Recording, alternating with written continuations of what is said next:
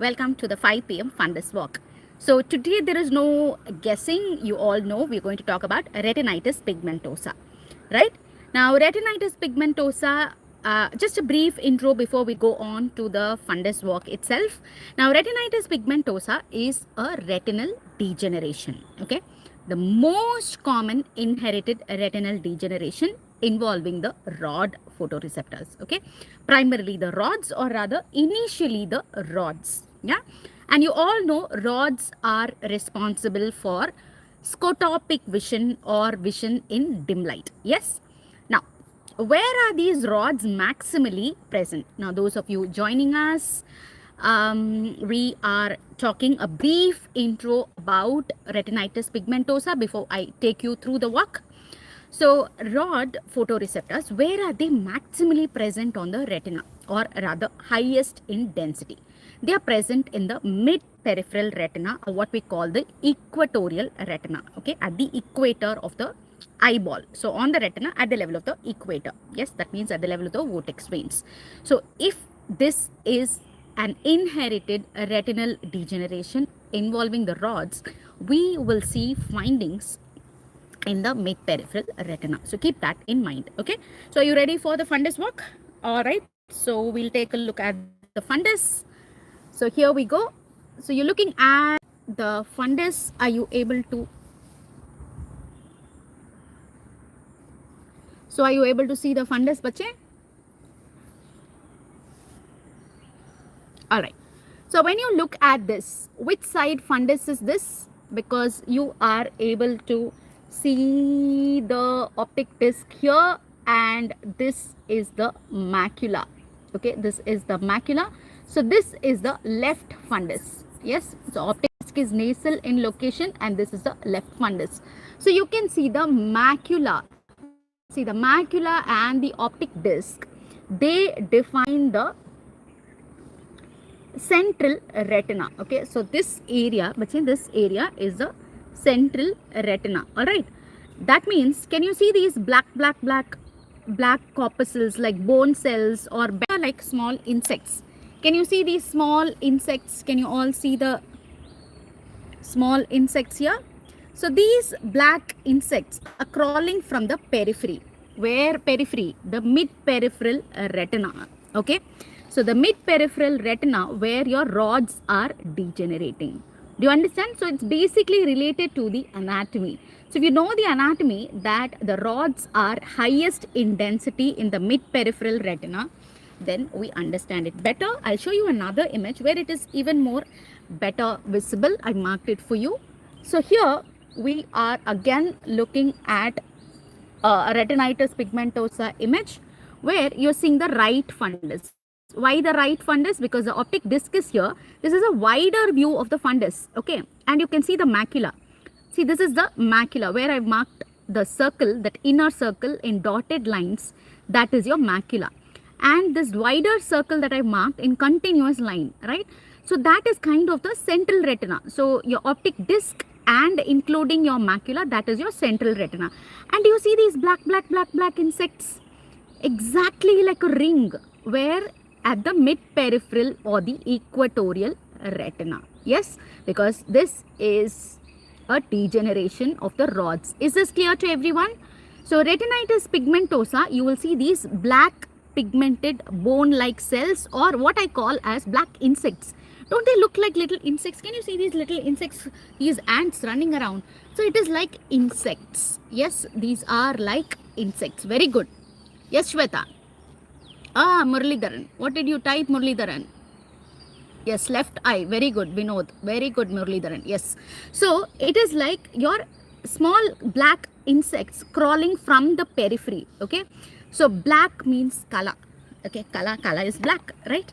And insect is puchi in Tamil language, okay? Puchi is Tamil. So you see these kala puchis coming from the periphery, yeah? So that is retinitis pigmentosa. So if you see in your exam, any exam, you see these kalapuchis, do you see these kalapuchis? You see these kalapuchis or the black insects crawling from the periphery, then you know we are dealing with retinitis pigmentosa, all right? And retinitis pigmentosa in the fundus, what is a triad? So let me teach you the triad and then we'll see if we can see all the triad ka findings in our fundus. So number one, or in fact the earliest fundus finding in retinitis pigmentosa is arteriolar attenuation. Yeah, so the arteries will be thinned out. And number two, I mean that is not in the order, but anyway, next one is consecutive optic atrophy. So that means your optic disc has a waxy yellow pallor of optic disc. Okay, waxy yellow pallor of optic disc. Very good, Shweta. So the third point, the third finding of the fundus triad is your Kalapuchis, that is your black pigmented bony corpuscles, where in the mid peripheral retina or your equatorial retina. Yes, so are you ready to see the other findings? See, normally when you look at the optic disc, are the vessels nicely seen? See here, you can hardly see the vessels. Even the vessel that you're seeing is a vein. Yes, artery is hardly seen. Let me just zoom it out for you.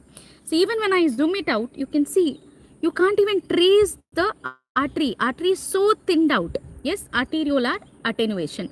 And the optic disc is waxy yellow. Okay, it's waxy yellow because of the consecutive optic atrophy. Yes, and of course the third point, which are the black bony corpuscles. Yes, the black bony corpuscles in the mid periphery. Is that clear? So that is retinitis pigmentosa. And this is another picture of retinitis pigmentosa. Yes, can you see the black pigmented corpuscles? All right. Now, sometimes you can have what is called as an inverse RP. Inverse means ulta.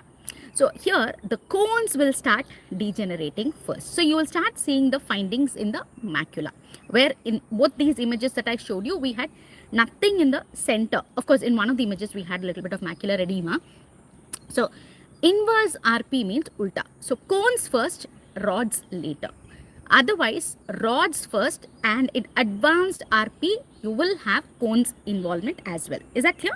Now, this also explains another thing for you when you look at this fundus. Do you see the degeneration like a ring? Yes, you see a ring of these Kalapuchis, like a circular. I mean, obviously, a ring is a circle. Okay, so that is why you get a ring scotoma. So corresponding to this area, the patient cannot see. So a ring-like area in the peripheral vision, he cannot see. So he can see the center, he can't see the ring. So visual field defect would be a ring scotoma, and we describe his vision as a tubular vision or a tunnel vision because he's seeing only through the clear macular area. Is that clear to everyone? Everything is self-explanatory. Okay, once you understand the concept from me, then you don't have to mug up anything at all. Yes, don't mug up anything. So you will never forget this. Obviously, see the circle that I've marked is the uninvolved area. So the patient is seeing only in that area. So that is the tunnel or tubular vision, and you have a ring scotoma on visual field. Yes, visual field defect. Is that clear to everyone? Clear? Yes. Shweta, you were right, beta. Absolutely right. Okay. So that is the fundus triad. What is the type of optic atrophy in retinitis pigmentosa? And you should be thorough with this image. This image should be imprinted in your brain. Is that clear? Is it imprinted? Are you confident with this fundus image? What the evening 5 p.m. walk? Because save your energy. We're going to meet again at 6 p.m. because we're going to decode the eye images. Ready for the 6 p.m. session as well? So I'll take you through images at 6. Until then, bye, ciao, take care, bye bye. Where are my hearts, bache? Where are my hearts? अरे heart दे दो यार.